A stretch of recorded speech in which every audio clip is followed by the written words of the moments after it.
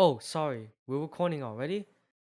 Anyway, hi, my name is Kyle Johnson, and today we are here at 10.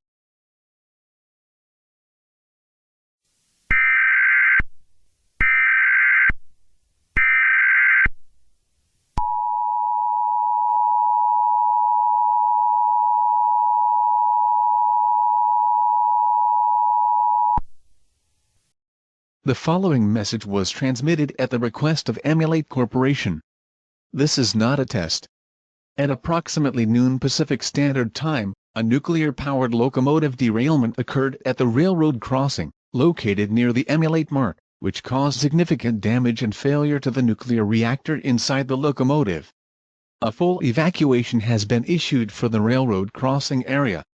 In the interest of public safety, all residents within a 150-mile radius of the railroad crossing in California nearby the shopping mart are advised to evacuate the area.